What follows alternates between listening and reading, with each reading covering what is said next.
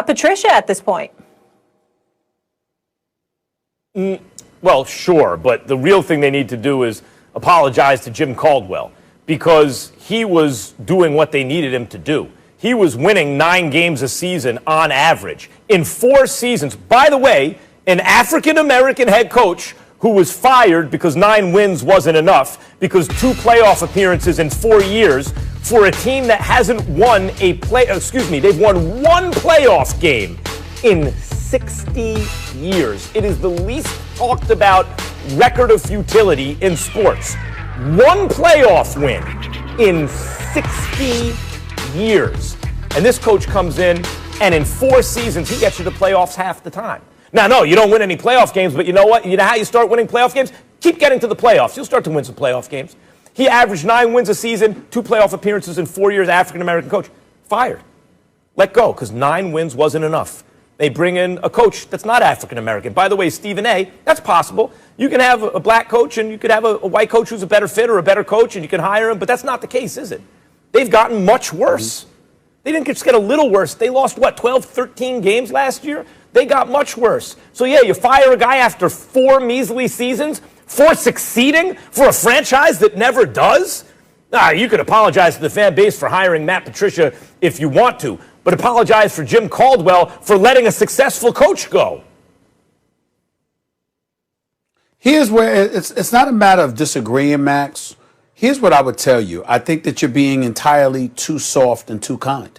I don't think they owe Jim Caldwell an apology. I think they owe the city of Detroit, Michigan, the state of Michigan, the National Football League, and the American public an apology for being the Detroit Lions. They have been systematically pathetic on every level, and it has spanned decades. Do you understand that the Detroit Lions haven't been relevant since Barry Sanders was running the football for them? That's how bad they have been. I mean, obviously, Calvin Johnson, Megatron, had to retire, and we hope that he'll end up in the Hall of Fame because he was that much of a big-time stud. But even back then, they weren't winning any playoff games. We know that Matthew Stafford is not a scrub. He's had more comeback wins than a lot of quarterbacks in the National Football League. But somehow, some way, playing for the Detroit Lions contaminates you. You're Matt Patricia. You're like 13, 27, and 1. As the head coach. You've been absolutely horrendous. He should have been lost the job. He should have been brought back this year as the head coach of the franchise because we know they weren't going in a forward direction. And then when you look at the pipeline, certainly Jim Caldwell should not have been fired. We understand that, particularly considering what Matt Patricia has done. My attitude is, though, if you're going to let go of Jim Caldwell, why not let him go? Because you want a more offensive-minded coach and a guy like Eric Bieniemy, who's number 1 on everybody's list in terms of being on a hot list to be a head coach in the National Football League. This man has spearheaded the number 1 offense, but even before Patrick Mahomes was wreaking havoc for the Kansas City Chiefs, he had Alex Smith as his quarterback. They weren't scrubs. So I look at Eric Bieniemy and what he's bringing to the table right now and what he's brought to the table the last few years. I think about Jim Caldwell again, along with a slew of other coaches, and I think a lot of it is worth consideration. Unfortunately, you're the Detroit Lions. You have been historically bad with your decision makings. So you could bring up that point about Jim Caldwell, and I'm in no position to disagree because obviously Jim Caldwell compared to Matt Patricia is really no comparison. It's an insult. But in the end, whether it's the Pittsburgh Steelers finding the Mike Tomlins of the world, whether it's the Green Bay Packers finding the Matt LaFleurs of the world, you can go into the coordinated ranks, or you can simply look at somebody who happens to be an African-American and very elite at what he's been doing in Kansas City with Eric Bieniemy, kill 2 birds with 1 stone and go that route. Detroit doesn't know what to do. They don't know what they've been doing. They've been a national embarrassment. And once again, here we are watching them, forced to watch them on Thanksgiving Day at noon because obviously it's the only football game that's taking place and we love our football. So they get our attention by default when they've done absolutely positively nothing to be worthy of it or to deserve it. It's pretty damn sad. It ain't about Caldwell, though. It's about their organization and what they have historically been.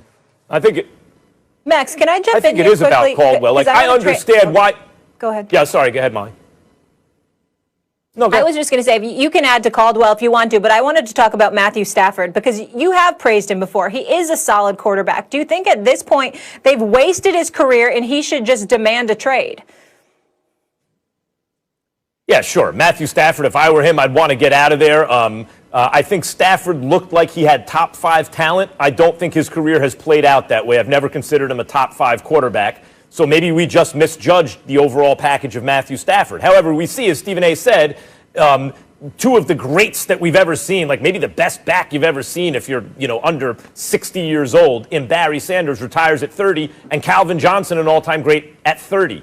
Both probably have something to do with the fact they're in a situation where you're not going to win, you don't have a lot of hope, and it's a tough game to play under those circumstances, right? Maybe it would have worked out a little differently and their careers wouldn't have been wasted in that way had they, and maybe the same thing happened to Stafford, though I think he's shown he's not Calvin Johnson or Barry Sanders for his position. But I want to say something about Caldwell, Stephen A.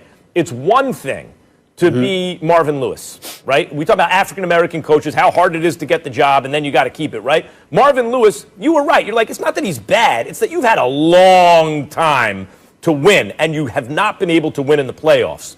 This dude, Caldwell, had the job for 4 seasons. He got to 2 playoff games. No, he didn't win any, but guess what? If you get to 2 and 4, I'm going to say you're going to get to 4 and 8, and I'll bet you'll win one of those. There's a franchise that never wins in the playoffs. And so I understand the impulse to get, Belichick tree, Belichick coaching tree. Let's grab Patricia, even though the Belichick coaching tree, until recently, hasn't seemed to work out so well in the NFL. But that temptation got them to let go of the only winning coach in recent memory for that franchise. And the reason was 9 wins isn't good enough. 9 wins looks pretty good now to that franchise, I think. Well, 9 wins wasn't good enough for him because obviously they don't feel that way about everybody because Matt Patricia still wouldn't be there being 13, 27, and 1. All right, that's number one. But number 2, and more importantly, Max, the Detroit Lions haven't won a playoff game since 1991. They've been to the postseason 8 times. So that's doubly bad. Not only have you not won a playoff game since 1991, but it's nearly 30 years and you've made the playoffs 8 times. That would mean you've missed it 22. That is systemic. That is historical. That is horrible. It is who they are. And I don't understand how the National Football League has those boys playing on Thanksgiving Day. I don't understand how. I understand without Caldwell, it wasn't that way with Caldwell, but I don't understand how they're playing on every Thanksgiving. Why? For what? We'll get into that. Do you really? Don't y'all know we wait until after the Detroit Lions games to eat our turkey? Don't y'all know that? Who eats before? Yeah, we're going to get into that. The Lions game or around the Lions.